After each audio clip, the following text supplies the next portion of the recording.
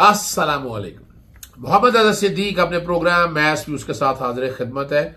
इस महीने का मैच व्यूज का आखिरी प्रोग्राम 31 जनवरी 2024 बुध का दिन है और चीज़ें बहुत तेज़ी से तब्दील हो रही हैं। वो आपके सामने मैंने रखी थी, सज़ाएं हो रही हैं, एक आध सज़ा भी और हो रही है, मुतवक्को है, लेकिन इससे घबराना नहीं है आप लोगों ने। यानी इसका फ़ायदा अल्टीमेटली इमरान खान को है। ये सजाएं इलेक्शन के बाद होती तो कुछ और हालात थे। ये लोगों का यानी आपकी जो है ना ताकत, आपका स्टेमिना चेक किया जा रहा है कि इमरान खान को जो भी कुछ नहीं होना। इमरान खान इन केसेस ने रद्दी की टोकरी में जाना है। और ये जो मरियम कहा करती थी, क्या कहा करती थी, लेवल प्लेइंग फील्ड। 3 सजाएं नवाज शरीफ को थी, वो कैसे थी? एक तो नाअहली थी, इमरान खान को ताहियात नाअहली बराह रास्त नहीं हुई सुप्रीम कोर्ट से, सादक और अमीन ठहरे। फिर 2 अल अजीजिया और एवन फील्ड में सजा हुई थी, एवन फील्ड में और अल अजीजिया में सजा हुई थी, और वो भी 10 साल और 7 साल सजा थी। लेकिन कमाल की बात है, आज तोशा खाना में इमरान खान साहब को 14 साल सजा, 787 मिलियन, पता नहीं किस तरह इस जज ने फैसला किया है, उस पर गुफ्तगू करूंगा मैं आपके साथ। और जो जज हैं साइफर वाले, और छुट्टी की दरख्वास्त क्यों दी थी, क्या वजह थी, और क्या सुप्रीम कोर्ट निगरान हुकूमत और सियासतदान सोशल मीडिया पे सारे इकट्ठी एक पेज पे हैं, ये और बातें हैं इनमें क्या होना है।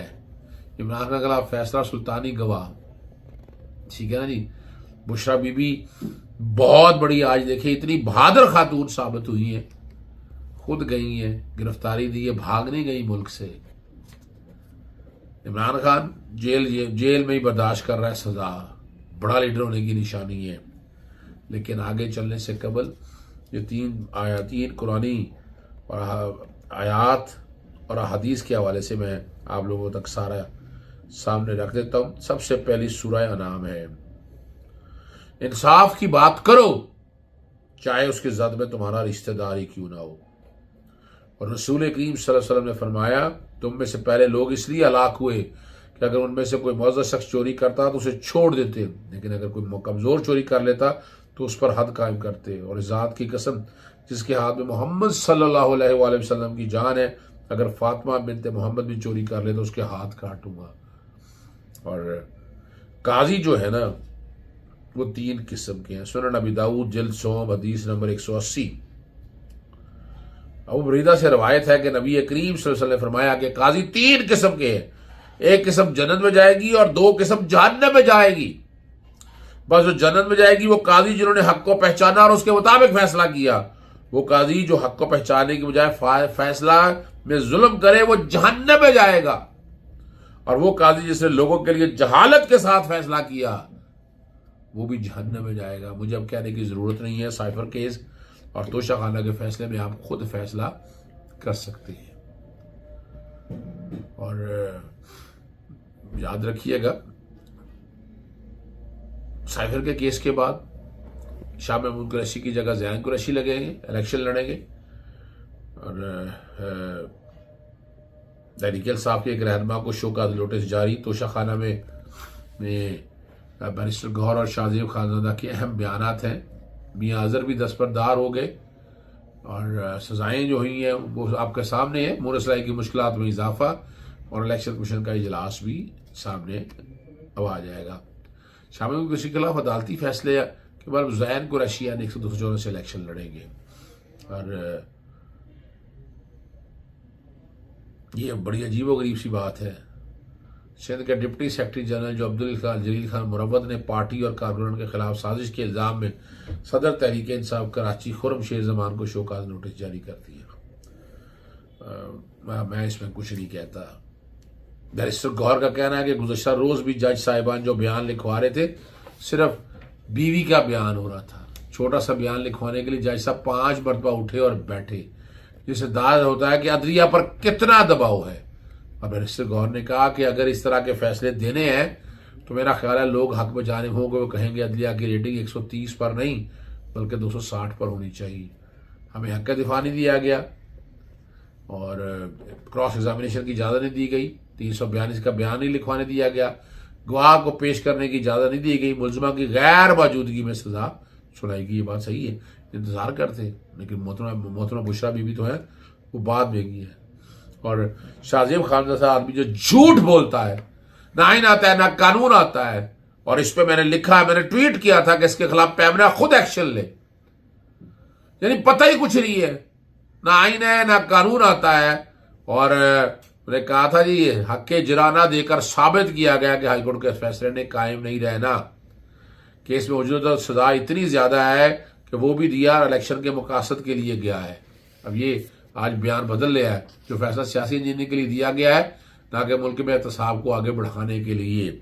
ये शाहजेब खानजादा कह रहा है, जबकि साइफर में ऑल टुगेदर इसका माइंड जो है बिल्कुल वाजे है, बड़ा वाजे है। अब यहाँ और कमाल की बात है, बड़ी जबरदस्त बात जो की है,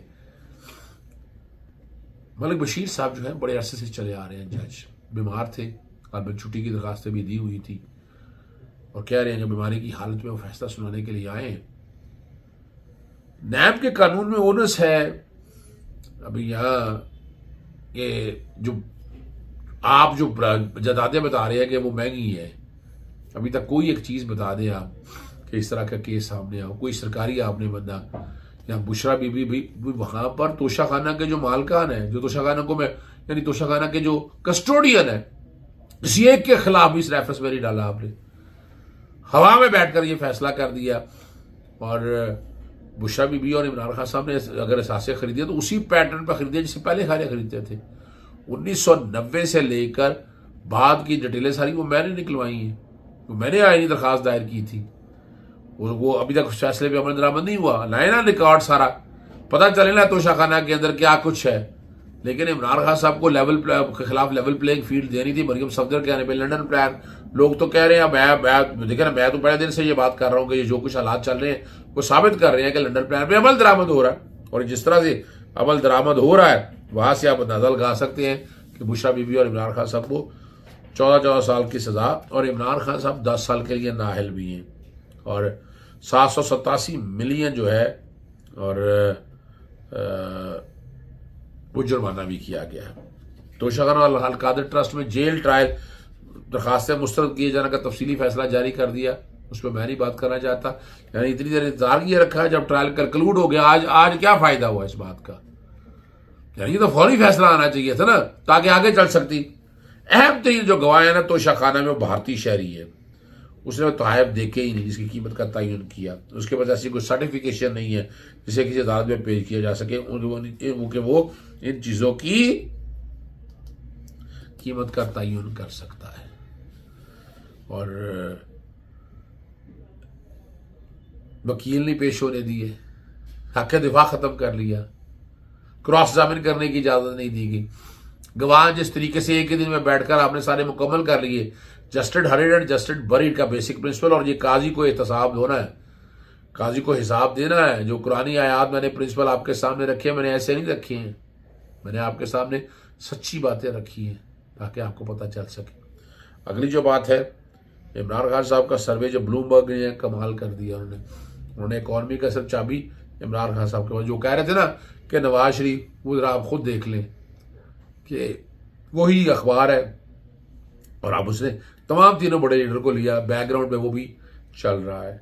इमरान खान साहब की जो ताहियात जो इमरान साहब के 5 साल की नाअहली, जिसकी वजह से कागजात नामजदगी मुस्तरद किए था 63(1)H के तहत, उसका इतलाक मॉरल टर्पिट्यूड पे नहीं होता है, तोशाखाना में नहीं होता है। तो इसलिए जो लाहौर हाई कोर्ट ने NA दरखास्तें खारिज की थी, दोनों NA 89 का और NA 122 का, वो सुप्रीम कोर्ट में चैलेंज कर दिया। इलेक्शन होना है या नहीं होना वो एक अलग बात है, लेकिन ये चीज़ें हम सारी वहाँ पर चैलेंज होगी, और बुनियाद वही रखी है, कागजात नामजदगी गलत मुस्तरद की। डर और खौफ इतना, इमरान खान साहब आते, इलेक्शन लड़ते, इलेक्शन के प्रोसेस से बाहर होते तो फिर बात थी।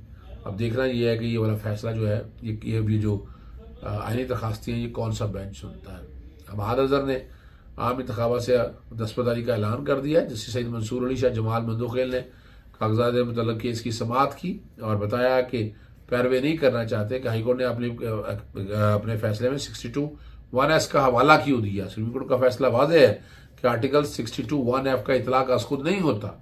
जस्टिस जमाल मधुखले का लगता है कि हमाद अंदर सरेंडर नहीं करना चाहते। उन्होंने अदालत से अपील जो है ना वो वापस ले लिया है और इंतखाबात से दस्तबरदारी का ऐलान भी उन्होंने कर दिया है। मैंने अब तक ये सारी चीज़ें रख दी हैं। इसमें अपील फाइल हो रही है नैब के इमरान खान साहब की तरफ से भी, बुशरा बीबी से सस्पेंशन की बात भी की जाएगी साथ, और जो नाहली है नाहली भी साथ, यानी कन्विक्शन भी और नाहली ये सारी इकट्ठी लगाई जाएंगी। और मैंने मीडिया पैगाम में भी ये कहा था कि यह मौका आ गया है, मेन अपीलें सारी एक ही दफ़ा लगा के एक ही बेंच के सामने लगा के सारे के सारे केसेस ज़ीरो हो जाने हैं। गुजारिश तो यही होगी कि इलेक्शन से पहले लगा दिया जाए, वरना आपने वोट से डालना है और वोट से काम को आगे लेकर जाना है। ये वोट ही है जो आपका इस मुकद्दर बदलेगा इस मुल्क की। इजाज़त चाहता हूँ। अस्सलाम वालेकुम, अल्लाह हाफ़िज़, पाकिस्तान जिंदाबाद।